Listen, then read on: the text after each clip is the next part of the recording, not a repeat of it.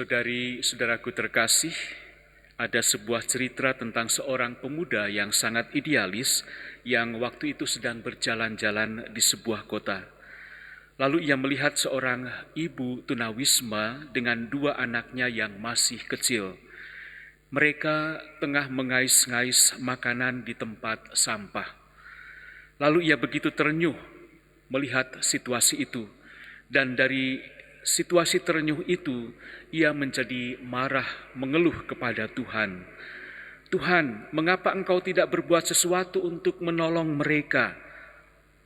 Lalu Tuhan menjawab, Aku sudah berbuat sesuatu, dan Aku sudah mengirimkan kamu kepada mereka. Kisah si lumpuh dalam bacaan hari ini adalah potret masyarakat kita. Orang lumpuh itu bisa muncul dalam diri saudari-saudara kita yang sedang membutuhkan pertolongan, yang membutuhkan sahabat, membutuhkan uluran tangan dengan berbagai macam persoalan, permasalahan yang mereka hadapi. Mungkin ada yang sedang sakit, mungkin ada yang sedang mengalami kegagalan, mungkin ada yang sedang mengalami keputusasaan dan kesendirian. Orang lumpuh pasti mengharapkan ada perubahan dalam hidupnya. Tetapi karena ia telah kehilangan fungsi tubuhnya sendiri, ia tidak berdaya untuk sekedar mewujudkan keinginannya. Kita juga bisa mengalami kelumpuhan serupa saat kita terjebak oleh dosa atau keegoisan dan ikatan-ikatan yang lainnya. Orang lumpuh bisa menjadi gambaran perjuangan kita sendiri untuk melawan ikatan fisik dan spiritual dari dosa. Tetapi ada hal lain yang membuat orang lumpuh itu sulit untuk berjumpa dengan Yesus, yaitu karena orang lumpuh ini terhalang oleh orang banyak. Teman-teman orang lumpuh memecahkan rintangan dengan membawanya kepada Yesus. Teman-teman orang lumpuh itu memiliki keyakinan, memiliki iman bahwa Yesus dapat menyembuhkan temannya yang sakit.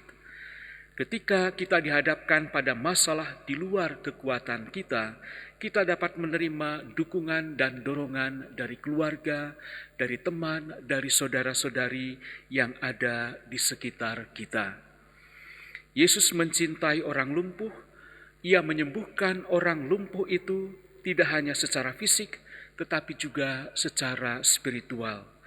Yesus mengampuni dosa-dosanya.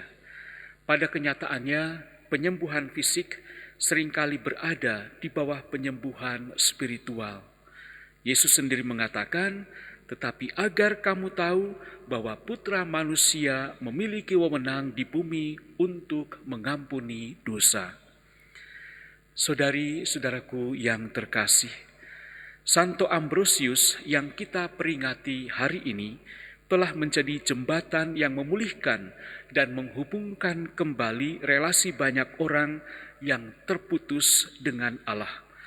Ia telah menjadi penolong bagi orang-orang yang miskin, juga bagi mereka yang mengalami kelumpuhan secara spiritual. Santo Ambrosius mengajarkan nilai hidup Kristiani yang saleh.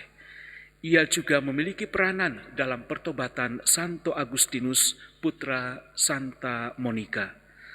Dalam pengakuan Santo Agustinus, penerimaan penuh kehangatan dari Santo Ambrosius dan cara hidupnya yang saleh telah membuat Santo Agustinus meninggalkan cara hidupnya yang lama dan kembali kepada Tuhan, memberi diri dibaptis, dan akhirnya menyerahkan seluruh hidupnya seutuhnya bagi Tuhan, bagi gereja, bagi orang-orang yang dilayaninya. Saudari-saudaraku yang terkasih, dalam hidup ini tidak ada yang kebetulan. Di balik setiap kejadian yang kita lihat dan alami, pasti ada maksud Tuhan bagi kita. Kalau Tuhan mengizinkan kita melihat orang-orang lumpuh di dalam kehidupan kita yang ada di sekitar kita, Tuhan menghendaki kita melakukan sesuatu untuk mereka. Sudahkah kita mengambil sikap seperti teman-teman orang lumpuh yang dengan segala perjuangan membawa si lumpuh ke hadapan Tuhan Yesus. Jangan sampai kita malah menjadi seperti orang banyak yang menghalangi orang lumpuh untuk sampai kepada Yesus. Saudari-saudara terkasih, di balik setiap kejadian yang kita lihat, yang kita dengar, yang kita alami, selalu ada pesan Tuhan bagi kita agar kita berbuat sesuatu untuk mereka. Selamat kepada saudari-saudara yang menyandang nama baptis Ambrosius. Semoga semangat hidup Ambrosius hadir di dalam kehidupan kita semua. Tuhan memberkati.